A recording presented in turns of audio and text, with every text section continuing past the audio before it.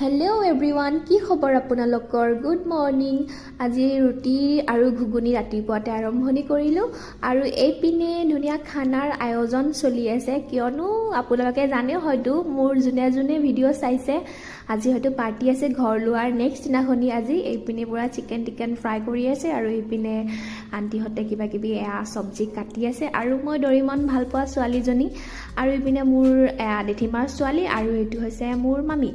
আৰু ইপিনে মই অকণমান চাহ বনোৱাত হেল্প কৰি দিছোঁ।